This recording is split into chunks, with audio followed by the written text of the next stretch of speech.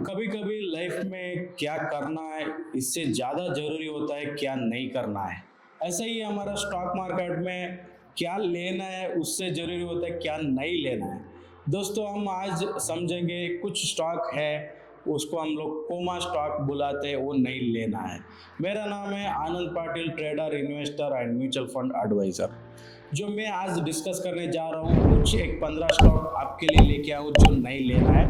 ये प्योरली एक technical price action analyst करके मैं लेके आया हूँ आपके लिए। ये क्या स्टॉक नहीं लेना, ये स्टॉक कभी आपका पोर्टफोलियो में भी हो सकता है, आपका इन्फ्लेशन का रिटर्न भी खा सकते हैं।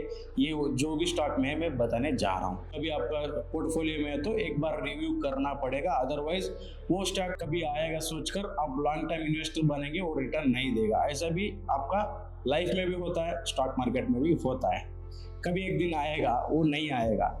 तो ये हम जो लिस्ट बनाए इसको कोमा स्टॉक बुलाते हैं। इसका जो सिम्टम क्या है, इसका कैरेक्टर क्या है, ये जैसा कोमा स्टॉक का कैरेक्टर क्या है, बहुत साल 15 साल 20 साल लाइक 5 साल ये कभी आएंगे नहीं ऊपर, सिर्फ मैनिपुलेट होते रहेगा, आपको रिटर्न नहीं ला के देगा।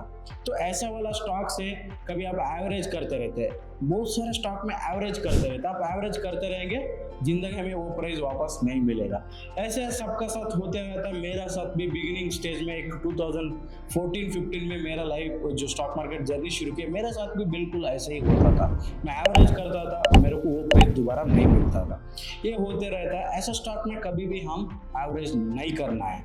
तो ये स्टॉक चलिए हम डिस्कस करेंगे आज। आपके लिए मैं लेके आया हूँ 15 स्टॉक्स।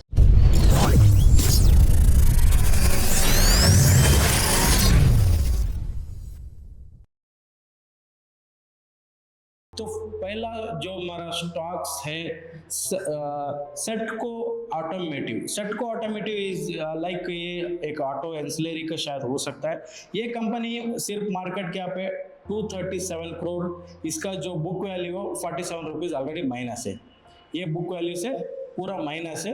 तो इसमें आपको सिर्फ ईपीएस भी माइनस है, 8 रुपीज़ माइनस। ये मैं जो थोड़ा बहुत फंडामेंटल थिंग्स बता रहा हूँ, बट आपके नॉलेज के लिए मैं जो बता रहा हूँ कंप्लीटली प्राइस एक्शन एनालिसिस से मैं बता रहा हूँ। ये स्टॉक कोमा जा चुका है, दोबारा आने का बहुत मुश्किल है। इसमें 95% चांसेस नहीं रहता है ये वापस दोबारा नहीं आएगा अगले 5 और 10 साल के लिए। ये आप बातें याद में माइंड में रखिए, ये ऐसा होता है कोमा स्टॉक में। तो नेक्स्ट कोमा स्टॉक देखेंगे, आपका पोर्टफोलियो में हो तो जरूरी आप रिव्यू करो। नेक्स्ट स्टॉक है वाइट ऑर्गेनिक एग्रो। तो एक लाइक एग्रीकल्चर स्टॉक है। ये स्टॉक में भी सिर्फ एक 18 करोड़ का कंपनी है। इसमें भी पूरा एक बुक वैल्यू 16 समथिंग रुपीज़ है। ये भी एक पेनी स्टॉक आप बोल सकते हैं, पेनी भी नहीं है, माइक्रो टाइप स्टॉक है। ये भी कोमा में जा चुका है, आने का बहुत मुश्किल है।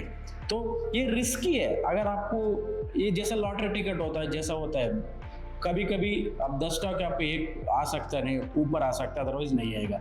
ऐसा वाला आपका स्टॉक भी आपका पोर्टफोलियो में है तो आप जरूर आप रिव्यू करिए, एक बार चेक करिए, नहीं तो आपको आएगा ये स्टॉक, मेरा स्टॉक में ये भी एक दिन आएगा, ऊपर आप सोच के एवरेज करते रहेंगे।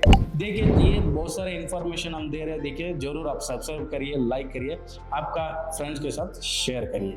चलिए हम नेक्स्ट स्टॉक के लिए जाएंगे। Petal engineering. ये स्टॉक भी एक 3000 करोड़ का कंपनी है, 800 करोड़ 3800 का कंपनी है, बुक वैल्यू 43 रुपीज़ है। ये स्टॉक भी कोमा जा चुका है दोस्तों, आने का बहुत मुश्किल है। आपका पोर्टफोलियो में है तो ध्यान रखिएगा, ये स्टॉक को रिव्यू एक बार करिएगा। मैं कंप्लीट जो भी ये स्टॉक एनालाइज कर रहा हूँ प्राइस एक्शन का बेस में मैं बता रहा हूँ आपको। ये आप देखिए स्टॉक मार्केट में 4500 5000 स्टॉक्स है, हम क्यों इतना रिस्क ले, अच्छा स्टॉक भी है, अवेलेबल है, हम जा सकते हैं।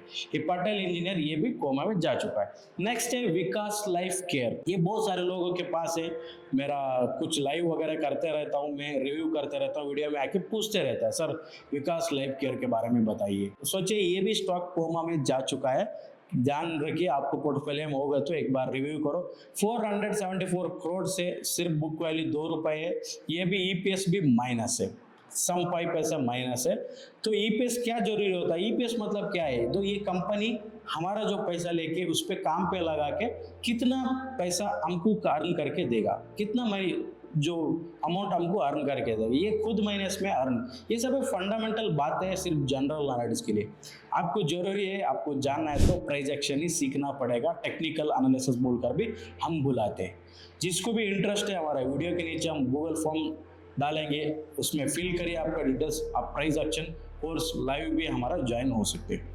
नेक्स्ट स्टॉक जाएंगे हम। ये स्टॉक कैसे फाइंड आउट करना, लास्ट में ये भी मैं बताऊंगा कैसा फाइंड आउट करना है आपको, क्या कैसे फाइंड। मैं तो 15 स्टॉक आज बताऊंगा, बहुत सारे स्टॉक है, आपको भी फाइंड आउट करना है कौन सा स्टॉक कोमा में गया हुआ है। कोमा में कोई आदमी देखिए कोमा में गए तो क्या होगा, जिंदा वापस आना मुश्किल हो जाता है। तो ये स्टॉक का हाल होता है, इसीलिए मैं ये कोमा स्टॉक में नाम रखा हूँ। नेक्स्ट स्टॉक है एनर्जी डेवलपमेंट कंपनी। ये वाला कंपनी भी एक 94 करोड़ का कंपनी है। ईपीएस आपको जस्ट 15 रुपीज़ माइनस है। तो ये कंपनी में का प्राइस है 19 रुपीज़। ये आपका पोर्टफोलियो में, तो ध्यान रखिएगा ये स्टॉक पे भी पोर्टफोलियो में जा चुका है। वापस आना मुश्किल है अगले 5-10 साल के लिए।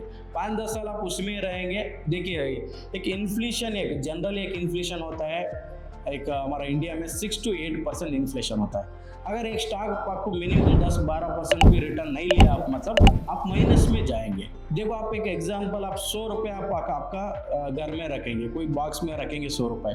अगले साल 1 साल 2 साल लेके आप निकाल के आप जाके समझेंगे कि मैं क्या खाऊंगा, दाल चावल खाऊंगा। दाल चावल 100 रुपये था एग्जाम्पल पिछले साल में, अभी 110 हो जाता। मतलब आपका हाथ से 10 रुपये डाल के दाल चावल खाना पड़ेगा, या छोले खाएंगे, जो भी है हाथ से 10 रुपये डाल के खाना पड़ेगा। मतलब इन्फ्लेशन बढ़ गया। आपका पैसा चुपके रखने से इन्फ्लेशन बढ़ता है, आप धीरे धीरे गरीब होते जाएंगे। तो इसलिए इन्फ्लेशन बीट करने के लिए हमारा पैसा बढ़ना चाहिए। जो भी आप गोल्ड में इन्वेस्ट करेंगे, रियल एस्टेट में करेंगे, स्टॉक में करेंगे, आपका पैसा बढ़ना चाहिए, अदरवाइज आप अमीर नहीं होंगे, गरीब होते जाएंगे। तो इसीलिए हम नेक्स्ट स्टॉक जाएंगे मिस्तान फूड्स। ये भी ये छोटा छोटा स्टॉक है, क्योंकि जैसा बच्चों को क्या होता है ना, चॉकलेट बोले तो बहुत पसंद होता है। आप समझ लो 100 रुपये का नोट दे दो बच्चों को, छोटा बच्चा 1 साल 2 साल बच्चा है, 100 रुपये का नोट दे दो, एक हाथ में चॉकलेट पकड़ाओ, क्या लेगा बच्चा? चॉकलेट लेगा। 100 रुपये का वैल्यू उसको पता नहीं है अभी तक। हमारा स्टॉक मार्केट में भी ऐसा ही होता है कि बहुत सारे 100-200 रुपये स्टॉक मतलब ज़्यादा है, 10 रुपये मतलब आगे बढ़ के ये 100 रुपये बनेगा। ऐसे लोगों का जो सोचना है, तो ऐसा बात नहीं है दोस्तों। उसमें बहुत सारे एनालिटिक्स होता है, करना पड़ता है। या कम होने से कोई अच्छा नहीं होता है, कम होने से आपको ज़्यादा क्वांटिटी मिल जाता है, आप लालच में आके ज़्यादा क्वांटिटी खरीदते हैं, ऐसा नहीं है। प्रॉपर एनालाइज करना पड़ेगा। 10 रुपये का स्टॉक 1000 रुपये भी जा सकता है, 1000 रुपये का स्टॉक 1 लाख रुपये भी जा सकता है। लाइक एमआरएफ का 1000 स्टॉक कितना 1 लाख 1.5 लाख तक भी जा चुका है, मतलब 1,40,000 समथिंग है। तो कोई ऐसा प्राइस के ऊपर डिपेंड नहीं कर सकते ऊपर जाएगा या नीचे जाएगा। कंप्लीट उसमें एनालिटिक्स, वो जो एनालाइज करने का डिपेंड होता है। तो नेक्स्ट जाएंगे हम स्टॉक जो कोमा गया हुआ है। तो एमएमटीसी, ये शायद गवर्नमेंट का कंपनी है। ये कंपनी कुछ पब्लिक सेक्टर कंपनी है, गवर्नमेंट कंपनी। इसमें 8,700 करोड़ का कंपनी है। ये बड़ा कंपनी है, समझ लो स्मॉल कैप रेंज में आता है। फिर भी ये भी पूरा कोमा जा चुका है दोस्तों। एक रुपये ईपीएस है, बुक वैल्यू 11 रुपीज़ है। तो इसमें इतना खास नहीं है। टेक्निकली मैं प्रोजेक्शन देख के बता रहा हूँ, ये भी कोमा जा चुका है। तो ये आपका पोर्टफोलियो में एक बार आप रिव्यू करना बहुत जरूरी है। नेक्स्ट आप जाएंगे हम जयप्रकाश वेंचर, जेपी पावर भी हम बुलाते थे। बहुत सारे इनके ऊपर बैंक करप्ट का भी हुआ है, केस हुआ है। बहुत सारे अपार्टमेंट बनाया, आपका बॉम्बे में दिया नहीं फ्लैट, बहुत सारे इनके साथ कहानी हुआ है। ये भी पेनी स्टॉक है, 10,000 करोड़ का है। पेनी स्टॉक नहीं है, स्मॉल कैप है। फिर भी मैं क्या बता रहा हूँ, जो भी प्राइस होगा स्टॉक का वो भी कोमा जा सकता है। इसलिए आपका पास भी ये भी है। जरूर आप एवरेज मत करो, वेट मत करो, एक बार रिव्यू करो, आप डिसीजन ले लो। ये जो भी बातें बता रहे हैं दोस्तों, हम सिर्फ सभी एजुकेशनल पर्पज है, कुछ भी हमारा तरफ से कोई रिकमेंडेशन नहीं है। हम थोड़ा सा हिंट दे रहे हैं, आपको एजुकेट कर रहे हैं। आप ध्यान रखना, ऐसा स्टॉक आपके पास होगा तो इतना ही बात है। Otherwise end of the day आपको फाइनेंशियल एडवाइजर कांटेक्ट करिए, आप खुद एनालाइज करिए। आपको एनालाइज सीखना है, हमारा कमेंट बॉक्स में गूगल फॉर्म दिए, फिल करो। हम हिंदी में भी पढ़ाते हैं, कोर्स वगैरह पढ़ाते हैं। आप इंटरेस्टेड है तो एक बार हमको फिल कर दीजिए। नेक्स्ट एशियन ग्रेनाइट इंडिया, ये भी स्टॉक एक और मार्केट कैप है 647, इसका प्राइस है 44 रुपीज़, बुक वैल्यू है 86, ईपीएस 49 पैसा है, कुछ भी नहीं है। ये स्टॉक भी कोमा जा चुका है। चलिए हम आगे जाएंगे। रिलायंस इंफ्रास्ट्रक्चर, रिलायंस एक वर्ड आता है तो सब लोग सोचते हैं कि मुकेश अंबानी का कंपनी है। नहीं है दोस्तों, ये मुकेश अंबानी का कंपनी नहीं है। ये रिलायंस इंफ्रास्ट्रक्चर उसका बाय का है, अनिल अंबानी का है। ये भी स्टॉक कोमा जा चुका है। इसका भी मार्केट कैप 10,000 करोड़ है, प्राइस 259 रुपीज है, बुक वैल्यू 318 है, EPS अगेन माइनस है, 11 रुपीज है। हम 259 रुपीज दिया तो ये हमको उल्टा 11 रुपए माइनस कर रहा है स्टॉक में। ऐसा काम कर रहा है। ये भी लॉस में, एक लॉस मेकिंग कंपनी है। ये भी बैंक खराब हुआ था, आप भी जानते हैं। तो ऐसा कंपनी में आप ध्यान रखिएगा, ये कंपनी भी कोमा जा चुका है। आपका पास होगा तो एक बार चेक कर लीजिए, रिव्यू कर लीजिए। ओके, नेक्स्ट एक Bajaj Hindustan sugar holding company है। ये भी कोमा जा चुका है। इसका मार्केट कैप है 2440 ऐसा कुछ, एक 19 रुपीज प्राइस है। कभी कभी क्या होता है, कोमा गया है फिर भी एक सेक्टर में दम है ना, कभी कोमा से बाहर भी आ सकता है। वो कैटेगरी में एक डाउट ऑफ बेनिफिट दे सकते हैं बजाज हिंदुस्तान शुगर सेक्टर में, अभी आ सकते हैं। फिर भी आप कंफर्म होने के बाद, अच्छा ग्रोथ होने के बाद भी एंट्री कर सकते हैं। अभी फिलहाल के लिए कोमा में आप एक बार रिव्यू कर लेना। नेक्स्ट है रिलायंस पावर। ये भी अनिल अंबानी का है, पावर सेक्टर में है। फिर भी ये कंपनी बुक 15,000 करोड़ का कंपनी है। ये भी कोमा जा चुका है। आप एक बार इसमें भी रिव्यू कर लीजिए, एक ध्यान रख लीजिए। ये कोमा स्टॉक में क्या होता है ना, देखो दोस्तों, आप इसमें एवरेज करेंगे ना, दोबारा नीचे जाएगा नहीं, मैनिपुलेट भी होता रहेगा, ऊपर नीचे थोड़ा होप क्रिएट करेगा, ऊपर आएगा फिर नीचे जाएगा, नहीं तो एक जगह में खड़े रहेगा। ऐसा होते रहता है। ये इसका लक्षण है। जो ये कोमा में गया है, पेनी स्टॉक है, उसमें मैनिपुलेट ज़्यादा होते रहता है। तो बहुत सारे लोग वहाँ से निकलते रहते हैं, हमारा जैसा रिटेल लोग जाके फंसते जाता रहता है। ये काम उसमें चलता रहता है, तो इसीलिए ये स्टॉक से दूर रहना बेटर है। नेक्स्ट है आपका नाम ही फेमस, बहुत सारे लोग के पास ये स्टॉक होगा पोर्टफोलियो में, यस बैंक। हाँ दोस्तों, यस बैंक में भी कोमा में जा चुका है। ये स्टॉक भी दोबारा आने का बहुत मुश्किल है, 99% मुश्किल है। फिर भी लोग कभी कभी रिजल्ट अच्छा है, ये अच्छा है, वो अच्छा है, तसल्ली के लिए बोलते रहते हैं, वो सोचते रहते हैं ऊपर आएगा। ये आएगा नहीं। लास्ट टाइम मेरा इंस्टाग्राम में एक वीडियो डाला था, सब लोग बोल रहे थे रिजल्ट आएगा, ऊपर जाएगा, रैकेट बनेगा, एस बैंक वही बनेगा, HDFC बनेगा नेक्स्ट। कुछ नहीं होने वाला है। मैं ऑलरेडी बोल दिया था, रिजल्ट कितना भी अच्छा है ये नीचे ही जाएगा, फिर नीचे ही चला गया। तो इतना आप जो क्राउड के साथ मत मिलिए, आप कहीं खुद का एनालाइज करिए। एस बैंक भी भूल जाइए, ये भी कोमा में गया है।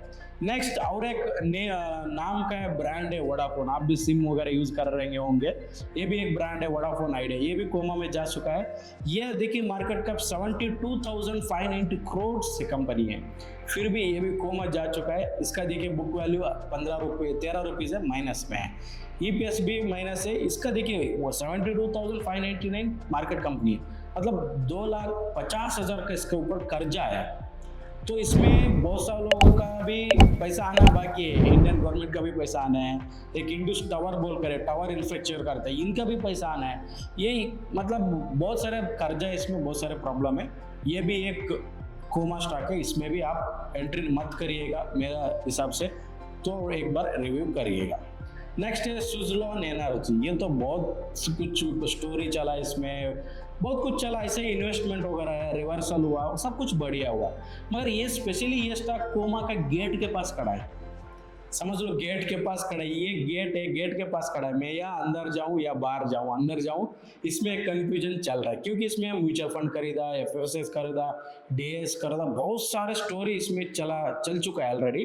तो स्टॉक एक बीच का रास्ते में खड़ा है, कभी ये कोमा भी जा सकता है, फिर वापस भी आ सकता है, ऐसे एक स्टेज में खड़ा है। देखेंगे आगे जाके। फिलहाल ये रिस्की में तो है दोस्तों, इसलिए मैं ये भी कोमा का दर्जा दे रहा हूँ। ये भी दोबारा कोमा जा सकता है, चांसेस है। मतलब फिर भी एक थोड़ा दिन वेट करके आपको एक 65 रुपीज, अभी 52 है, 65 के ऊपर आप कुछ भी सोच सकते हैं इसका बारे में। अदरवाइज आप वेट करने से बेटर है। सुजलॉन एनर्जी, अभी तक जो भी हम डिस्कस किए ये स्टॉक्स, मैंने एक एनालिजेशन था, ये सब स्टॉक कोमा जा चुका है। आप एक बार आपका पोर्टफोलियो में होगा तो एक बार रिव्यू करो। आप ये स्टॉक में ध्यान रखिएगा, जरूर है एवरेज मत करिएगा।